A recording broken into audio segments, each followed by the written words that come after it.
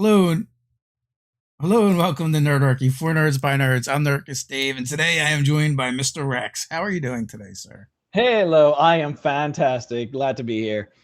I'm super excited to have you on. A lot of times when we talk about videos and maybe the subject of lore comes up, we're like, we're not going to get into that. Check out like MrRhexx, and there's a couple other people that are really great at putting out those lore videos. And for anyone that doesn't know, MrRhexx has a YouTube channel where you talk about a bunch of video games, and then more recently you've segued into D&D content.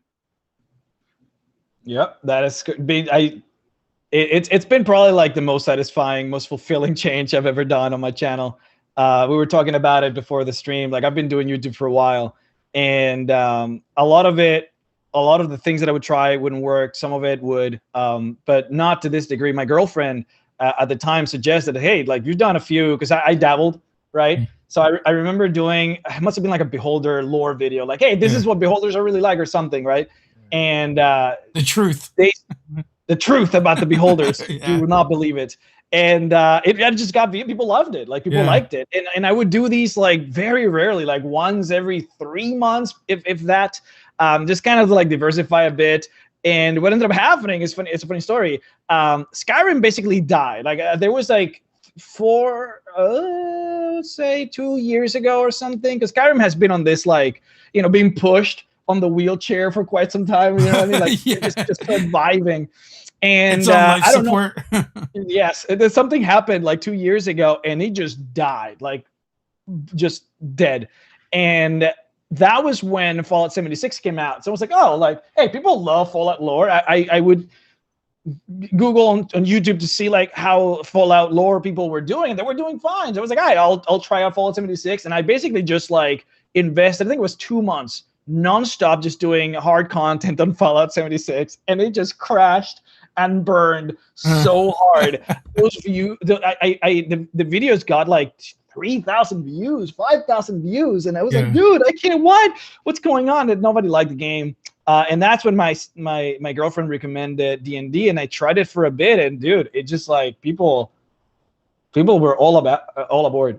Yeah, I mean, it's a weird space as a creator when you do videos and you're used to getting a certain amount of views, and you try something different, and and you just watch it plummet, or you're like, or people are like, why don't you do videos on this? It's because I know I'll get about a third of the amount of views, and it's so dissatisfying as a content creator to see it. Like, I know in some regards we shouldn't care, others it does directly affect the bottom line, but it's just hard to not care, right? It's like, oh, they hate me now.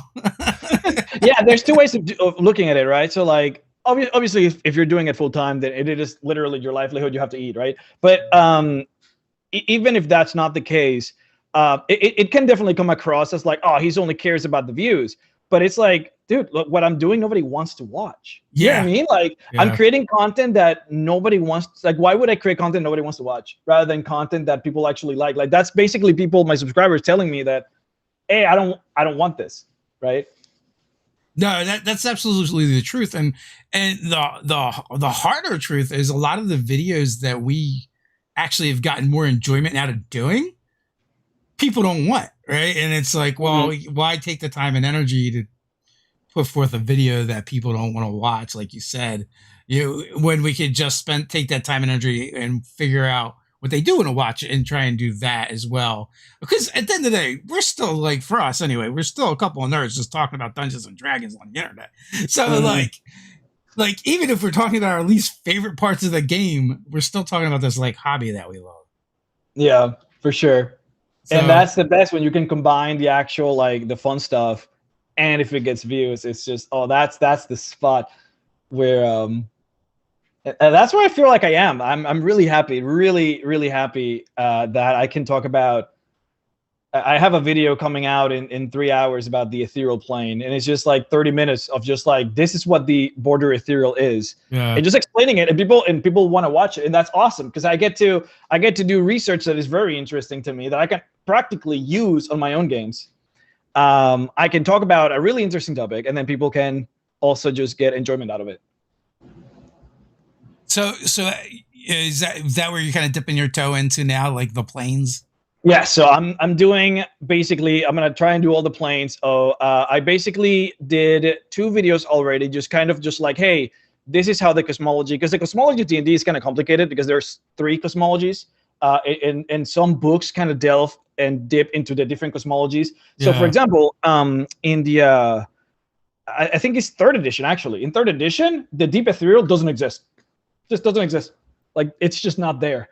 And that's because they're using the wheel. what's the word? They're using, it's a cosmology. It's the one with the oh, I don't even know the name. It's a Great World Cosmology. I don't remember the name of The it. wheel. Is it the wheel? I don't know if it's No, the wheel. the wheel is Planescape. That's the one that I'm using. Okay. So that's fine. That's that one has everything. But yeah, so anyways, 3rd edition had a different cosmology. So when you look at the DMG for 3rd edition, it's just like, oh yeah, it doesn't exist. Like this, there's just no. And so there's a lot of that happens throughout the editions, throughout the books, and that makes it really complicated. Oh You know yeah, what I mean? and it contradicts itself. And Yeah. like one of the things I really love about 5e, like they took a lot of the really places where monsters maybe didn't have lore to them, or it was really weak. Like sages think a crazy wizard did it, right? And now they come up with this really complex and deep lore that goes with it. Like I guess we did the video on the Chimera, and in 5e, I think it was was it Demigorgon? I think it was Demigorgon was like, oh, he makes his way to the prime material plane and he's like, these monsters are weak here, and then boom, yeah, you get a chimera, Yeah. you know, and then I think what was it, like Yennegal created the gnolls, and you know, even like the lore in the book itself for like how, you know, the shaman from the Yennegal could take hyenas and turn them into gnolls. Like it's the lore has gotten way better. So there's going to be some questions in the chat, and people, if you have questions, feel free to drop them in there. Just a question first. It makes it a lot easier for us to pick them out. So Rivers RPG channel wants to know how long you've been playing D&D. So I am a newbie. So like compared to most people, I'm really, really new. I basically started, I guess you could call me one of the newborns by Critical Role. Like I basically watched Critical Role. I thought it was great. I wanted to get into that, and that's how I got in. I started when Storm King's Thunder came out, because I remember very vividly that was like, oh, I just started playing D&D. Like, what should I get? Oh, well, this is the new book, right? Yeah. So I have that as a reference, but I don't know when that was. I think Brian Smith has asked the best question of all here. What do you tell your parents you do when they ask what you do for a living? What I like to tell is like, all right, so imagine Lord of the Rings, all right? Lord of the Rings, a great movie. People love to watch it. But there's a lot that happens in the world, in the background, that the movie doesn't tell you. I talk about that for this game. That's basically how I describe it. In all these shows, movies, TV series, there's always more to the story. Whether it is maybe Game of Thrones from the novels, right? Yeah. Or whether it is, what have you, it doesn't matter. Like, there's always more to it, because you can't put everything on a movie. And I always describe that. I basically just talk about the extra stuff. It depends on who I'm talking, because that's what I would tell, for example, like my parents already know, but that's how I would describe it to them. My girlfriend's parents, they're very religious. So D&D is that's devil worshiping. So I just try and just not bring it up. They know that I do it, but I don't bring it up too much. I just deal drugs. It's just easier. I deal drugs. Please don't think bad of me. It's just drugs. Yeah. Budget Gandalf wants to know what your favorite race is. Theirs is the Kenku. My favorite race is mine is the Kenku. The Kenku. I don't like the Kenku. You don't like? Yeah, they're kind of annoying, dude. It's so like the role play. Well, because I play exclusively talking in first person. Yeah. It's just always so hard. It's so difficult for me. I don't think I can do it. My favorite race though. It's also I also find them fun to play. Like Lorelania Tia. I think Roleplay TV is her Twitch, and I was playing in a game with her, and I was playing at Kenku, and she was like playing this character that was like super like sexy and sensual and kind of like talk that way and like with this like real sultry voice. So I would like go to try and say something by using her voice. So I would try and talk like her and looking I like love it. me. So that was just funny. I love it for villains because I Yeah. can. There's a lot of like story elements you can adapt by having the Kenku replicate whatever the villain said to him or whatever the the torture victims were saying Yeah. as the Kenku, right? Like there's a lot you can do there. As a player, dude, it's hard. I find it very difficult. I don't know if I have a favorite race. Maybe I would say dwarf just because I love the accent. I love to talk as a dwarf. I just having an entire campaign just talking like that makes me happy. I think so I play our content manager Doug. Yeah, we played a game and he played a dwarf, but he used a Russian accent. Yeah. Which I feel like works as well.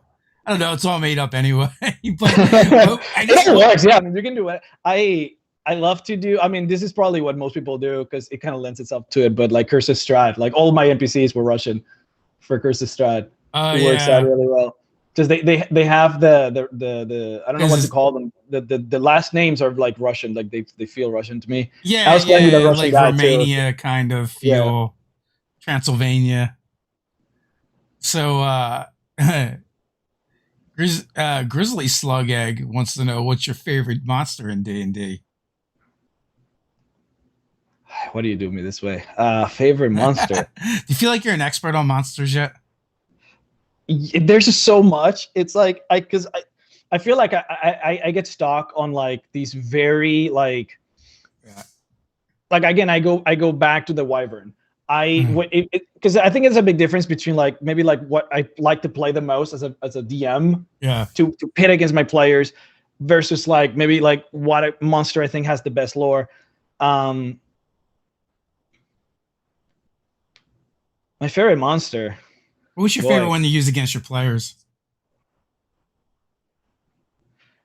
Doppelgangers are a blast. They're dirty. I love me some doppelgangers. Just mess with their minds. Just make them go crazy. I love to use doppelgangers against them. I like to just like play beholders. I love to. My favorite thing though is to try and just play named monsters from lore and replicate what I think they would do, like in general. Like that's probably one of my favorite things to do. So yeah, I don't know. Like it feels cheesy to say dragons. I just love dragons. I mean, it's in the name of the game, and I think it's a huge draw for us as nerds. So how long does it take you to make one of your lore videos? I mean, you clearly put a lot of work into that. Yeah. So typically it takes me about 4 or so days to do it, to do any regular sort of 20 to 30 minute video. A whole day to research, a whole day to edit, and then a whole day to research, a whole day to write the script and narrate it, and then 2 days to actually edit it. I'm kind of a slow worker. My excuse is that it is creative work, and creative work cannot be rushed. That's what I like to tell myself. Sometimes I'm just lazy, but but yeah, I mean, because I can do it a lot faster. Like I told you before the stream that like if I'm really just like, oh dude, I need to get this video out, like I could do a video in 2 days. Yeah. But that I'm basically working like a normal person. Like an actual 8-hour a day normal person schedule. Yuck. Which can be oh man, don't get me started. Well, I mean, I don't know, like, so we're always doing stuff, so we definitely like I don't do like a normal 8-hour schedule, but I also don't like take off either. Right? So it's like you work when you work, and when you're not, but it's generally like 7 days a week. Do you if you're DMing a campaign like on Twitch or just your own personal campaign, do you consider that work? Like, do you rationalize in your head like, yeah, well, I need to know this campaign or this book that just came out, like I should DM it for my job? Yeah, to a certain extent, it is part of the job. After you kind of do this stuff, whether it's from the research angle or whether you're streaming it. Mhm. You know, some of it is like that. I mean, we try and make sure we have games that we play in that aren't streamed for that reason. So it is just playing the game. But even then, it's like if we're playing like a different system, it's like okay, well, we should probably talk about that on the channel at some point. I love it, right? But like I rationalize it because that's a lot of time that I have to take from work because I do those adventures, those sessions from 2 p.m. to from 3 p.m. to 5. So it's basically like just right at a time schedule where technically I should be working. Yeah. But I rationalize it like, hey, look, it's D&D. Like I need to know about these books. Like I should be DMing and I don't know, it like behooves me.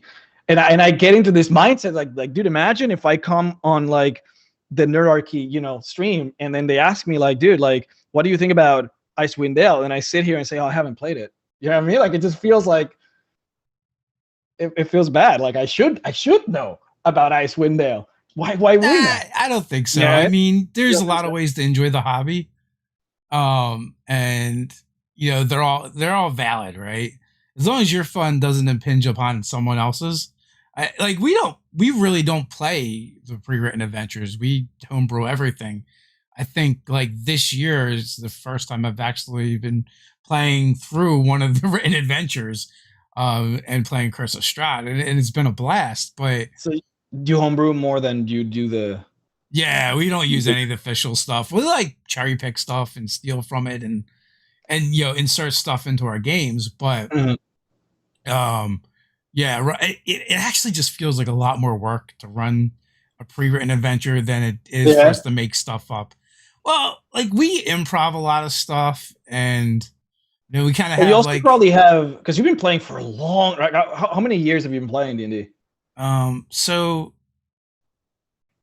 I've been playing probably like a solid 30 off and on now. Right. So, I mean, I would imagine you have your own, like, you have characters that you've been developing for decades. You have worlds, cities. So you have ideas like, oh, like, okay, my players are entering into, like, imagine the scenario where, like, okay,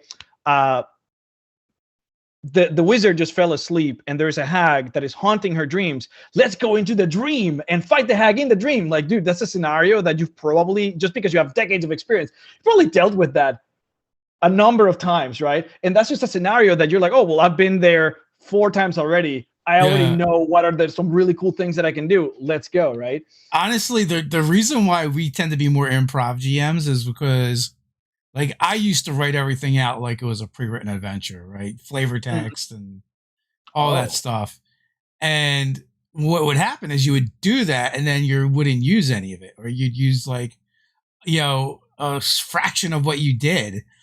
And your players would just do something else, and you would end up having to just make stuff up anyway, right? So it got to the point like, why am I doing all this, right? And also too, you just get busier, right? So like, I got a family, full-time job, before I was doing this. Now it doesn't matter; it's a lot easier to do whatever. But initially, when we were playing before, you had responsibilities and stuff, so you didn't. You started having less time, and you also realized it wasn't time well spent when you're like writing out what was going to happen. So we've kind of evolved and adapted. Mm-hmm. You know what happens? You're playing in a bunch of games. Are you a player, GM, mix? Oh no, I'm mostly a GM. My girlfriend is the one playing on Saturdays now, so I joined her campaign just so that I could experience the player experience for a bit. She's doing Icewind Dale, so I've been playing my dwarf there. But otherwise, during the week, the 3 times a week that I'm doing Ghost of Saltmarsh. I'm currently DMing that. Oh, nice. I'm doing like a heavily modified Ghost of Saltmarsh. I'm taking my players all the way to 20, adding like a lot of just like Kraken shenanigans and tentacle monsters, and just trying to like evolve it from what it was to something more like, something with like a big kind of just ending. Yeah, customizing it, sure. And that's the other thing, right? I feel like with pre-written adventures, like you got to put a lot of work in because you got to read them, know them, and then customize them to your players, right? So I feel like it's more work to do that. It depends. If you're playing something like Storm King's Thunder or Ghost of Saltmarsh, like you just can't run them the way they are without you adding things. Otherwise, they're Yeah. just gonna come across as detached, weird. You know, like you can play something like SKT and then just like, all right, we're passing by Luskan. What can we do here? Nothing. There's nothing in Luskan. The book doesn't have anything for Luskan. All right, well, what about Mirabar? We literally have to pass through Mirabar to get to the Eye of the Elf. Oh, there's nothing on Mirabar either. It's like, why is this in here? So you're forced to do like a lot of homebrewing. And then again, in Ghost of Saltmarsh, there's literally like levels that there are no adventures for. Yeah. So you go from 1 to 5, filled with adventures. Everything is great. I think there's an adventure that takes you from 5 to 6. But then there's no adventure that takes you from 6 to 7.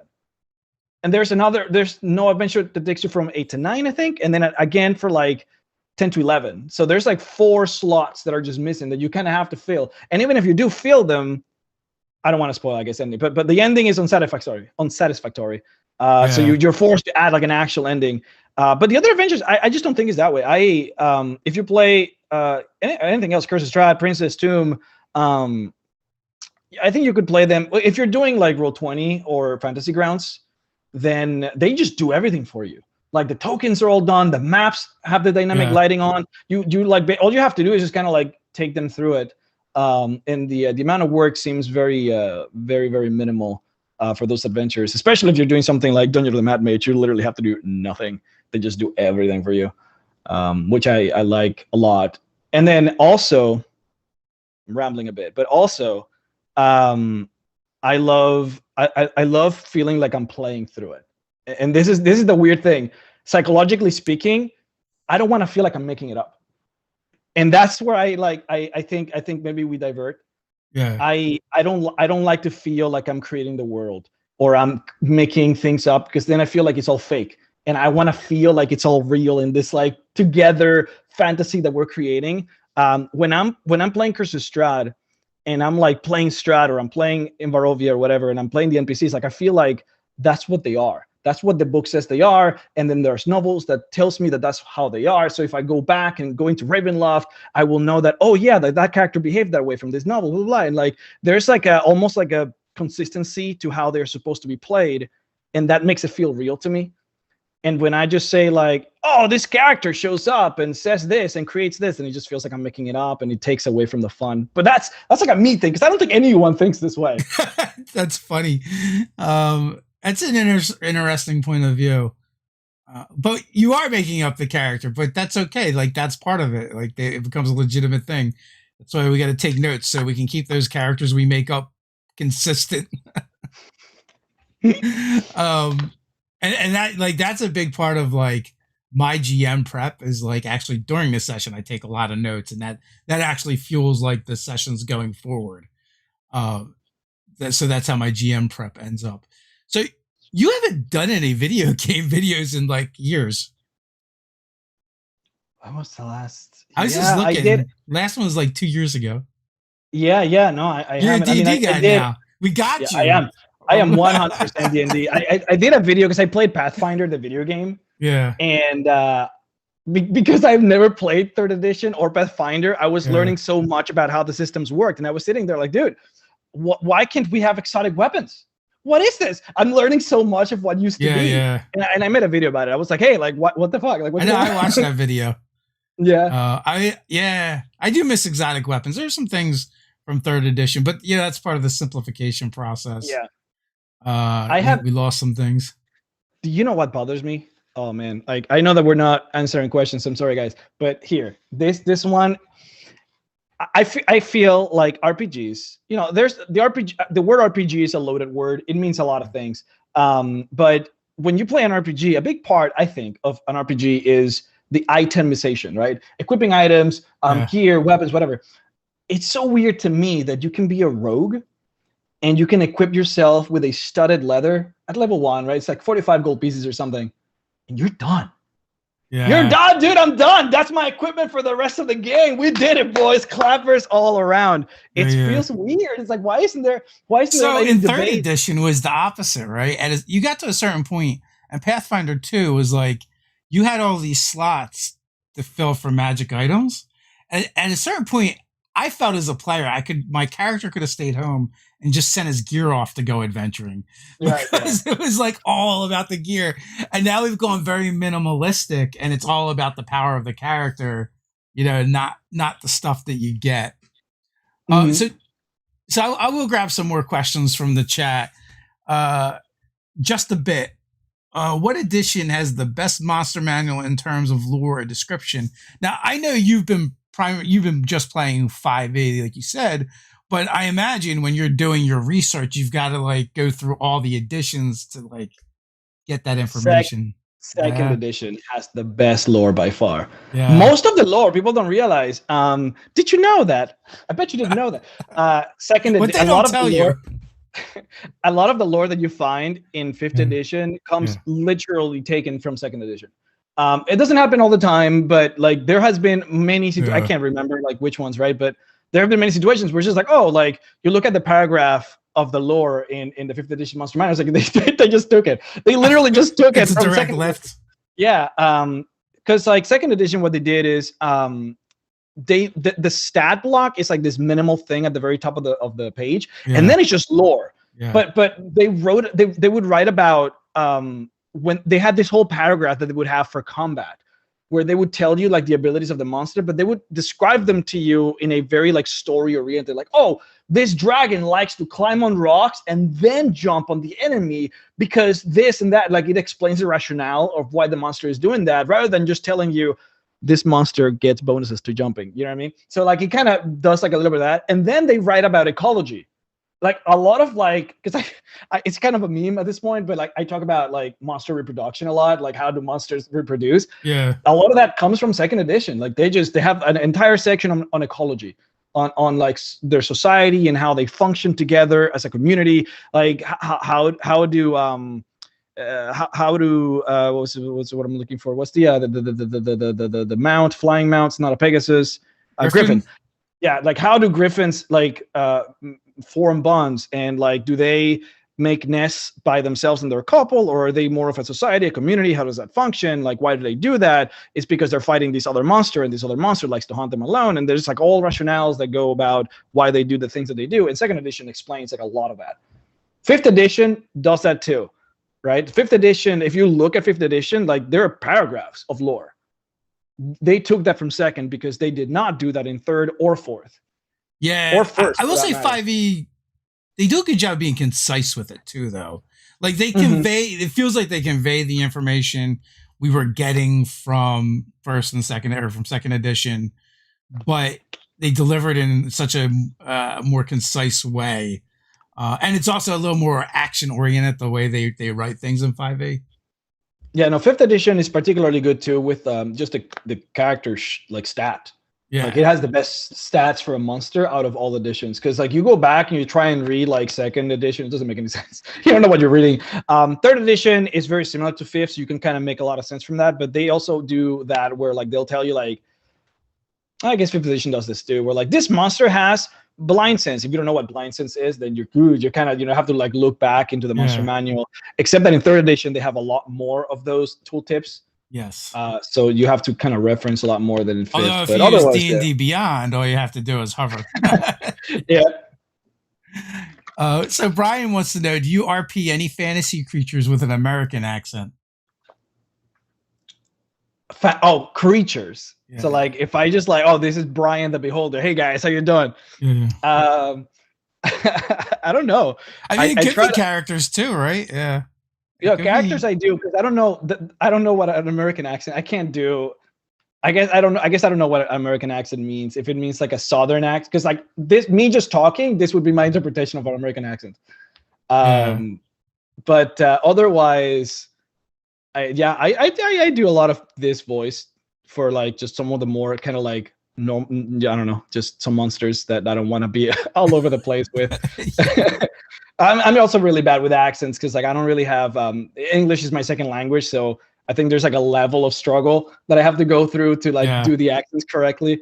So I'm not very good at that either, but I do my best to mix it up as much as possible. Well, I'm always impressed with people that speak multiple languages. To me, it's like it's so foreign, and then I always wonder, well, what language do you think in? Yeah. That definitely is a benefit. I really like. I used to play this Spanish Aracrocra that used to be like. Do you know El Zorro? Zorro?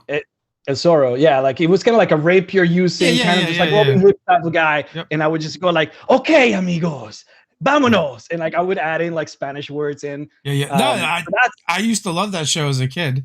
So yeah. So it was probably not a good definitely representation, but it's more like just using like Spanish words basically to represent like the, yeah.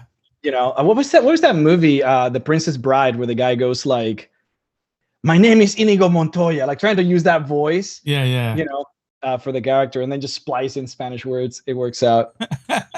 It's perfect. Rivers RPG channel. How long have you been on YouTube? We were talking about this before we got started, right?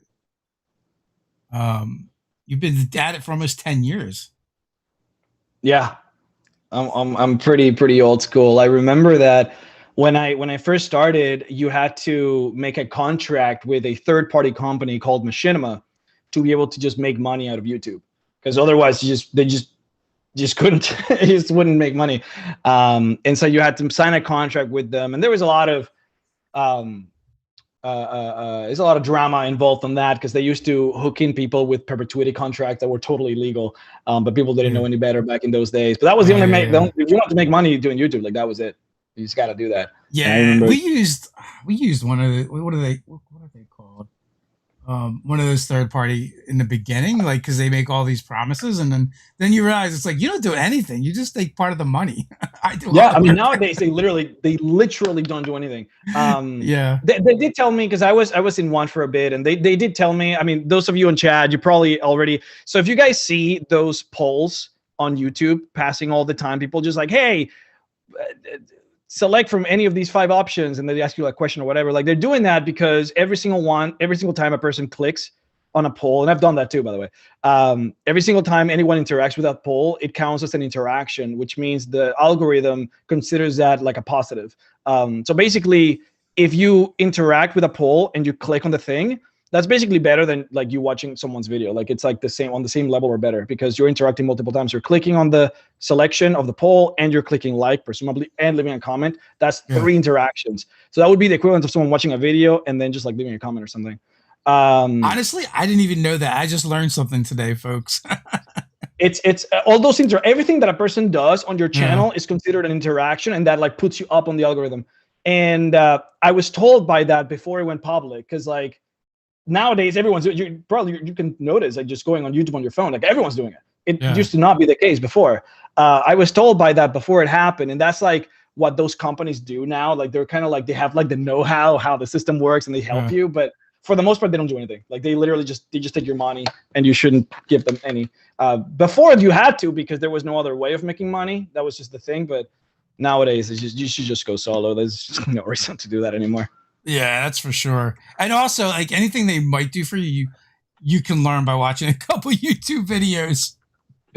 Nidarchy polls incoming. Yeah. Start doing some polls, dude. There will be polls incoming. Actually, so we started like, I mean, we were a little behind on this, but we started shooting videos about the subclasses in Tasha. And Ted's like, should we do polls to figure out what we want to do next? Yeah, like maybe. There you go. I saw that you guys did a video on witches. Oh yeah, that'll be a fun one. We need some witches, dude. Yeah. You should do a lore video on witches. I mean, you probably have done hags. I did night hags and I did green hags. There wasn't any lore for the sea hags, which was really weird that I remember. I don't think there was any. Oh yeah. I probably wouldn't even have bothered to break them apart. I probably would have done them all. So. No, they're crazy different. Like night hags are like literally like devils. Like they live in Jane, I think. They basically are. They're so cool, dude. They are the ones that barter for souls in like the entirety of the lower plane. Like they basically own one of the entire. There's how devils own the 9 hells. Like they literally just own. I think it's Gehenna. I don't remember which one it is. Might not be Gehenna. Might be the other one. Hades. I think it's Hades. But they just own it like that. They're just theirs. Yeah. And when you die, okay, this is some lore here. This is really cool, right? When a soul dies and you're like evil and lawful and stuff, and then you end up in the 9 hells, that's all good for the devils. Like obviously that's a soul that can be transformed into a devil. The problem with those souls that are born in the 9 hells is that they're not very, very mutable. You are basically an entity of law and evilness, but because you're law, you're not very moldable. You're like stuck in your form. So transforming you into a devil requires a lot of power. Whereas if you're born in the abyss, you're very chaotic. You're moldable, but that's not good either, because if a demon changes you into a form, it's very likely that you're just going to mutate into some other form that could be weaker or stronger or whatever, right? So it's also not as good. But the souls born on Hades that are controlled by the Hags are right in the middle. So they're perfectly mutable and they stay mutable. So the Hags have this consortium of souls. That's a prime soul market right there. Yeah, exactly. And that's like, dude, that's crazy. That's so awesome. Like, are you kidding me? Like the Monster Manual doesn't tell you that. That's amazing. I mean, they do tell you that they deal with souls, but they don't tell you like to what degree, or they don't even tell you why they go. I don't think they tell you why they go into the primordial realm to get souls, right? Yeah. So that's another thing. Corrupting a soul grants you a way better demon or whatever, or devil, than what you would get if the soul was born in Hades or anywhere else. Plus, the way that devils get their power from souls is they torture people. So when they torture a soul, and the process of turning that soul into a devil is by torture, and then that process creates energy, and that's how they get mana, energy, magic, whatever. You get more of that when the soul is prideful and powerful, like the soul of a paladin. So those are worth a lot more, and that's kind of how the system works. And then you have green hacks, which are just like your traditional kind of just like, I'm in the bog and I just cook children, right? So in Baldur's Gate 3, there's a green hag, so like that kind of gives you the idea. The Volo's Guide hag section is fantastic. Mm-hmm. And it's like, the thing I love about hags is like, it's like, they know that bargaining with them is a bad deal, but they also know eventually you'll be desperate enough that you'll take the deal anyway. So they don't have, their evil is so insidious because they don't have to do anything. All they do is wait for you to break yourself down, and then they give you the deal. Yeah, especially cool if you're playing and you set up the deal to your players in very concrete, practical matters. Like, okay, the devil will give you a free level, right? They'll just give you a level of whatever class you want, but this, right? And then you can tell that, well, you're a devil, it might fool you into something, but you're getting that. Yeah. So at least you can set up that baseline that the players are going to get something that is not going to, come out from under them. And that you set that up there from the beginning of the game and just let this simmer. Oh, but I could get that level, dude. Oh, but I could get that. I'm a fighter level 10. If I get that level, I can get level 11. I get 3 attacks. I can get into that dungeon, pop off. Got to set it up that way. Yeah, we did. So I did an adventure where the players needed to get something from the hags. So like they were on the way to see the hags, and they're like, one of the players is like, I bet this is going to be like some fairy tale shit, and we're not going to be able to just like go on a quest or buy them or something. And I'm like, well, it is now. So, so instead of having to haggle or quest for it, they had to trade memories. Things that they cared about. So, and then then that for like, they got the thing that they needed, but now they wanted to figure out how to defeat the hags and get back, what was taken from them. That's really good. That's really good. So Town Crusader, which kind of like goes into this question from Tom here. I'm going to have host my first D&D campaign soon. Players have never played D&D before. Congrats, man, on doing that. Is there anything I should watch out for? Do you have any tips? Loves your videos, by the way. To watch out for, like, as a new player? Is that what it was? They're going to be GMing, it sounds like, for the first time. Yeah. And they've got new players. So I play exclusively with, not anymore for now, but whenever I'm starting typically when I start a new adventure, I specifically go on Roll20 and I just find new players.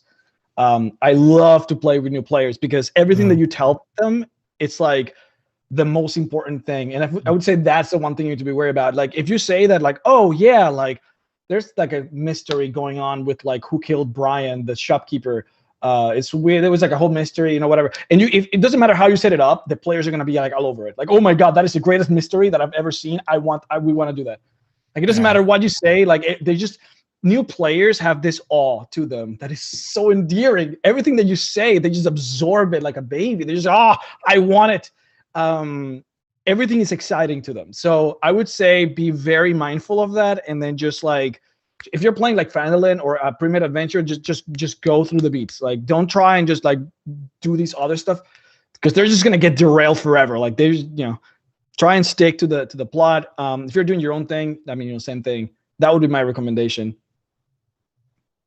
Yeah, I think the biggest thing is, one, obviously, I mean, it's kind of trope and trite, but like, have fun with it, right? Enjoy it. Hopefully you're playing with your friends, and also, like, I think the biggest tool you have as a GM is just listening.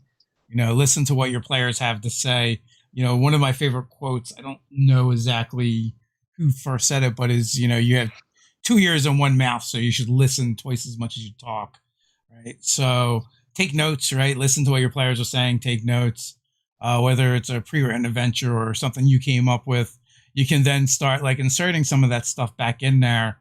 And, I love using my players' words against them. And like, really good players will just throw things out there knowing the GM is listening. Yep. Because they just want like interesting and cool things to happen.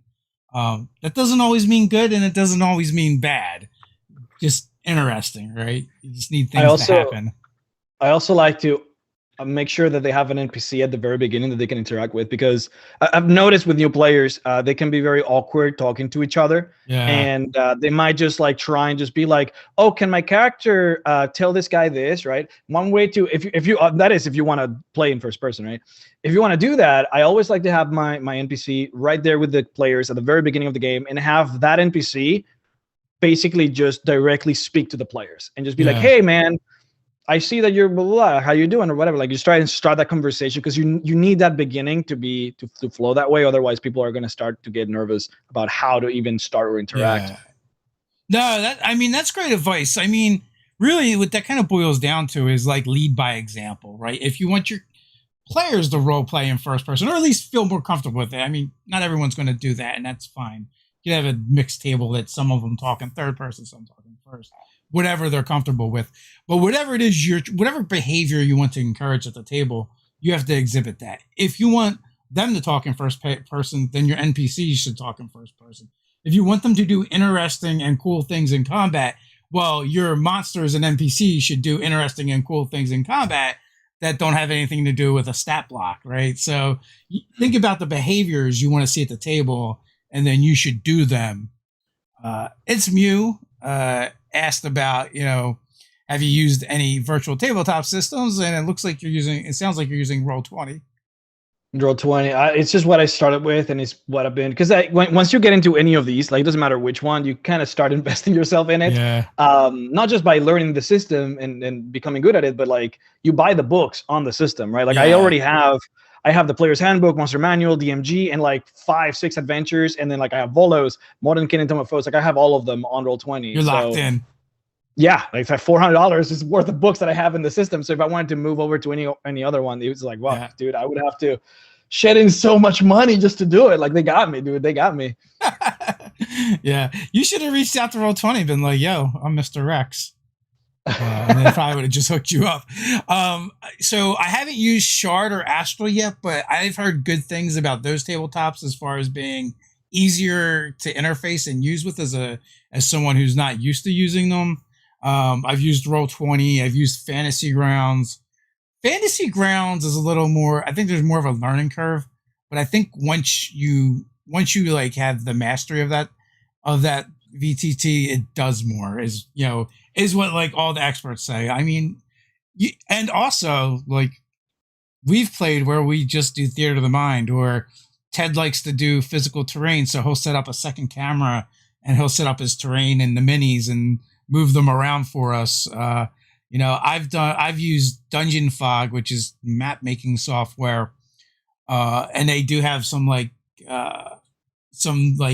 VTT light features that you can use over there. And I've used that a little bit just to, show people where they're at. And that's been kind of easy as well. So like it can be like as easy as you want it to be or as complex as you want it to be when it comes to gaming online.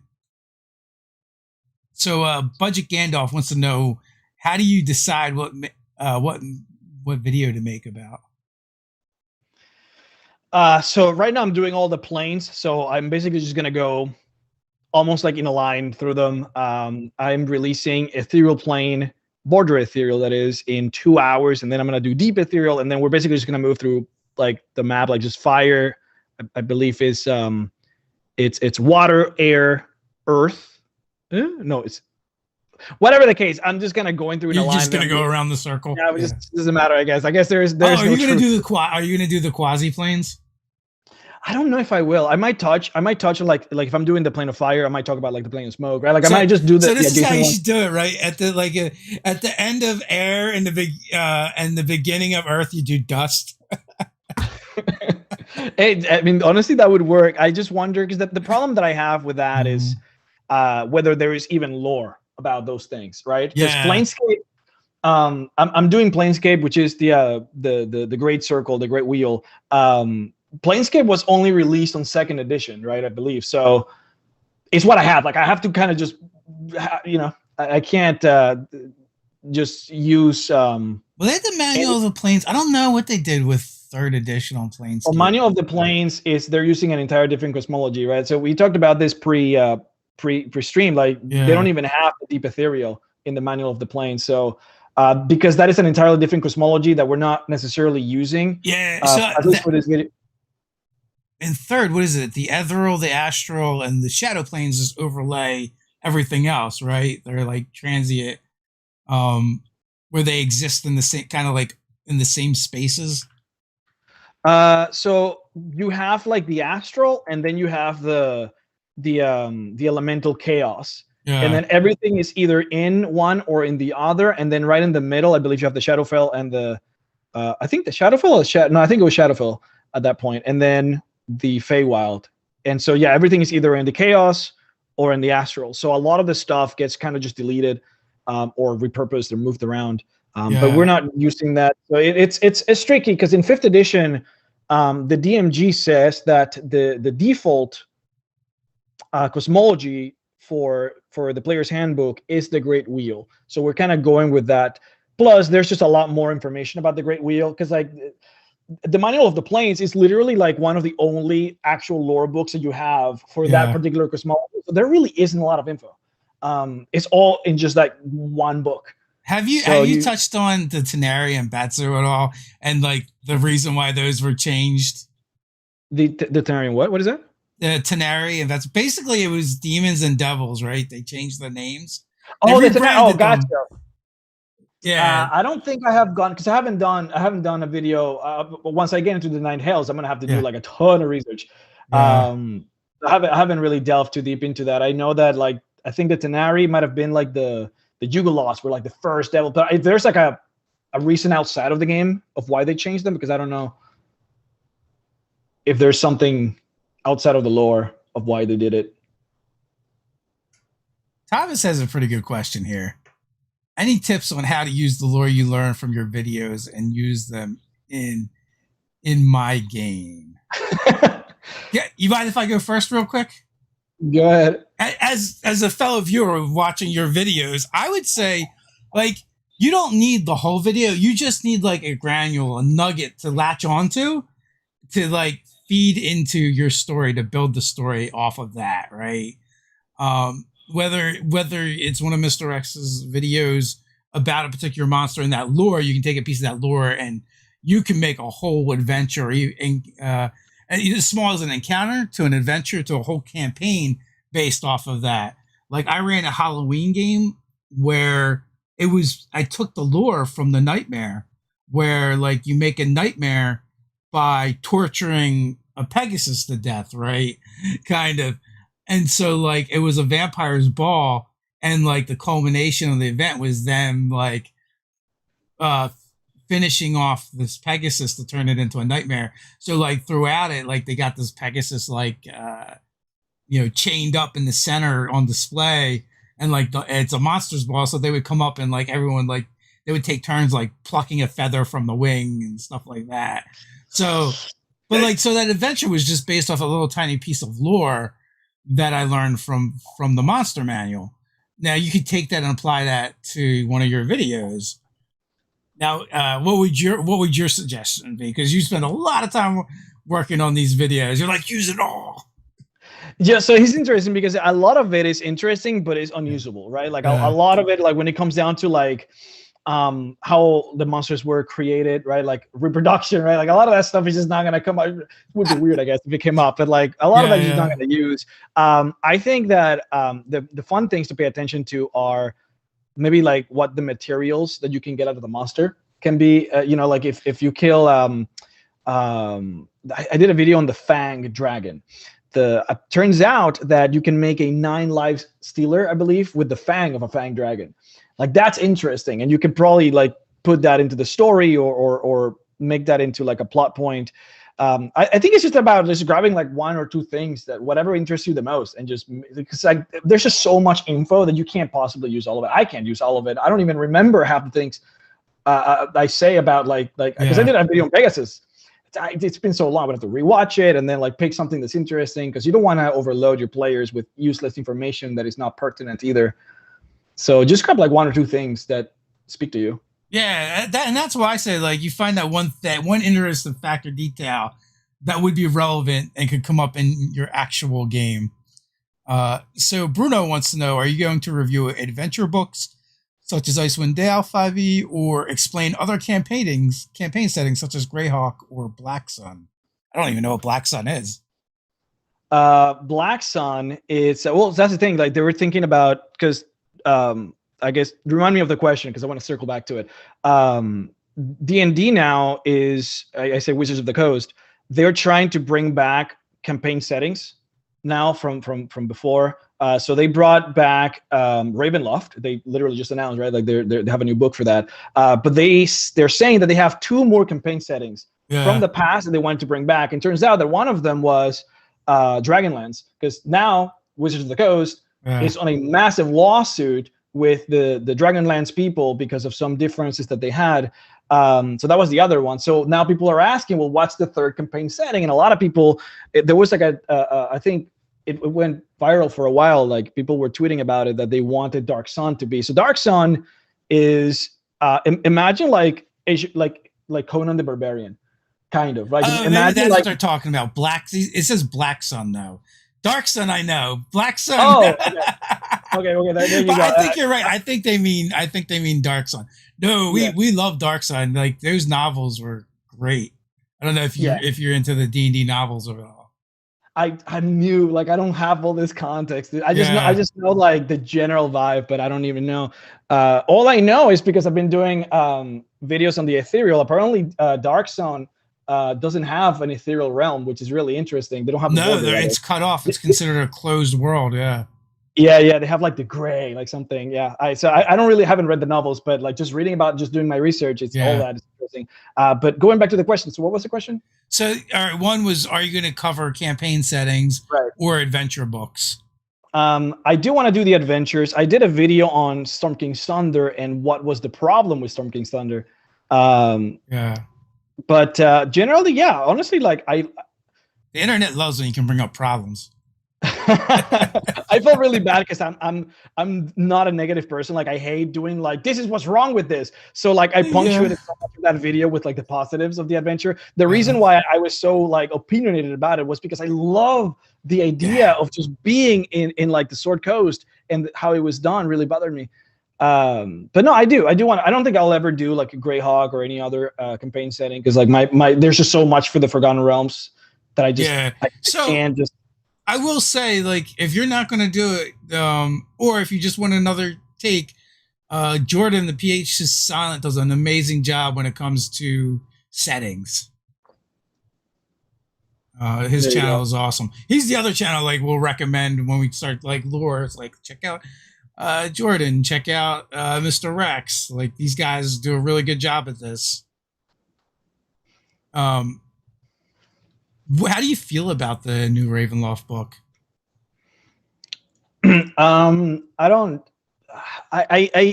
really play different campaign settings unless there's an adventure attached to it. Like Like I have the Eberron book, but like I haven't even read it. Like because there's no.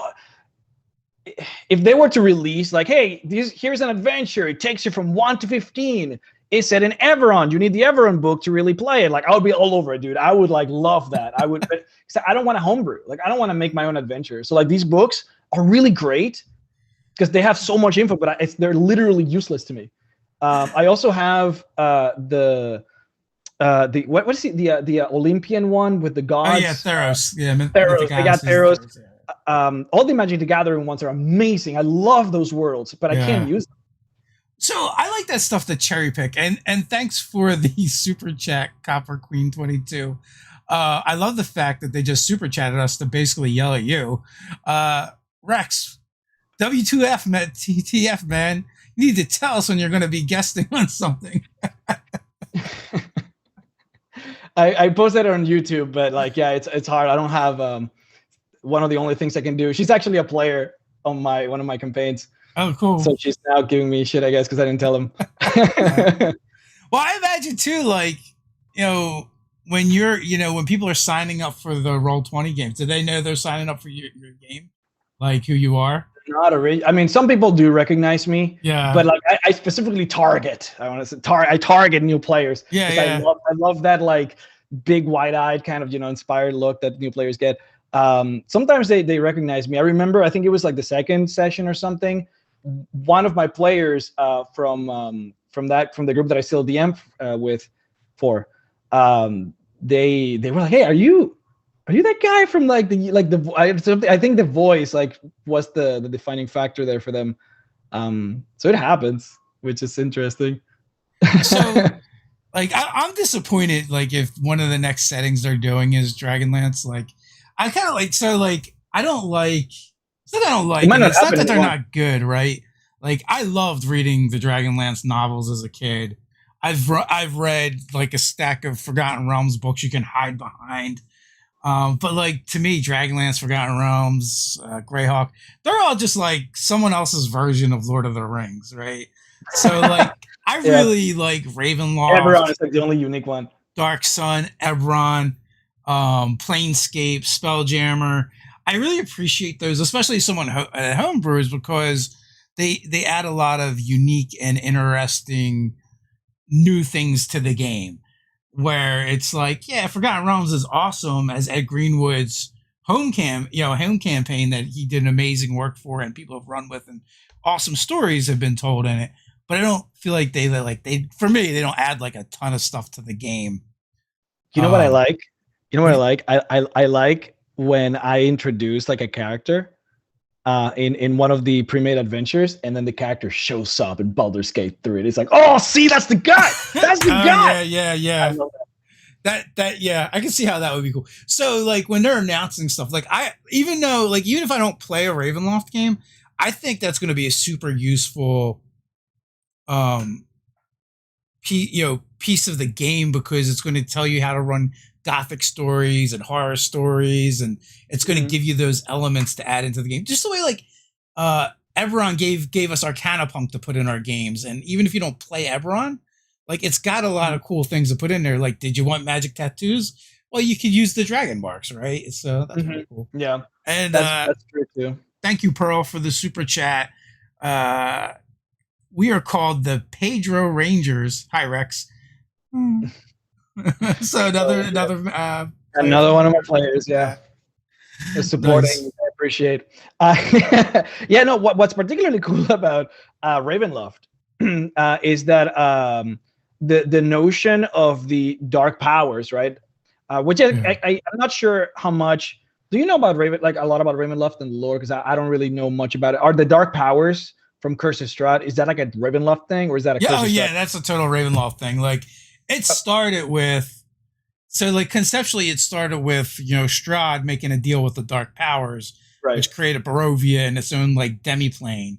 Well, then the thing about Ravenloft is, and the cool thing about Ravenloft is, of all the campaign settings, you don't have to play a Ravenloft campaign setting to play Ravenloft, right? Because the mists will suck people in, you can have them play in Ravenloft and then escape and go back to wherever you want them to be. Maybe they don't even go back to where they came from. So Right. like it's a nice interlude if you wanted to use it that way. But you know, like the And it's lore kind of is appropriate too. yeah. So if you do enough evil shit while you're in Ravenloft, the Dark Powers take notice and go, "Oh yeah, you're one of ours. Come on over here.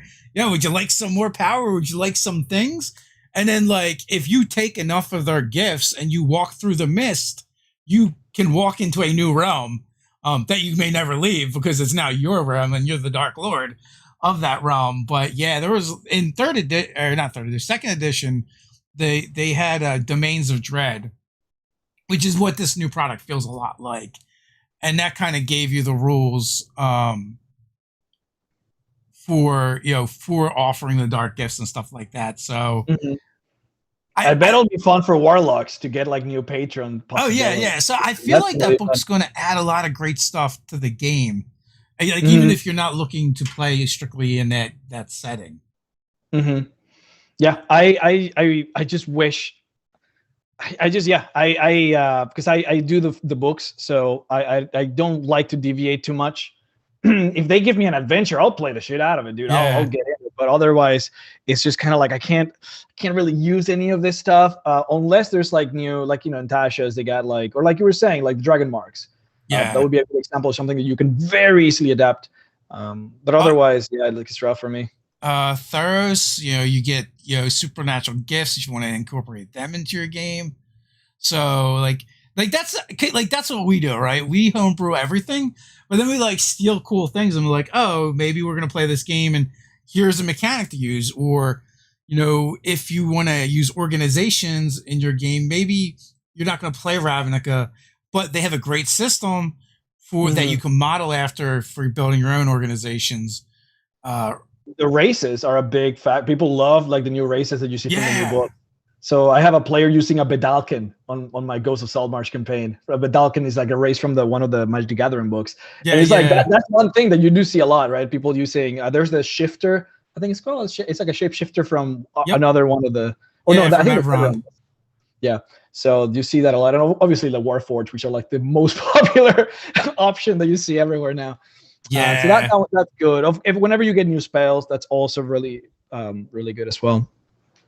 So Um, they all have things that they offer. I mean, for us, it's why like having D&D Beyond is great because it's like all right there, and I mean, you yeah. can do the same thing with Roll20, just gather up Roll20 just everything in has one everything. I just spot. buy them through there, yeah, and they just give that to me the same way. Yeah. So we are just past the hour mark. Sorry for the questions we didn't get to. I don't want to hold you hostage for any longer. But it's been great chatting with you and getting to know you, and also realizing Of how course. close you are to us. So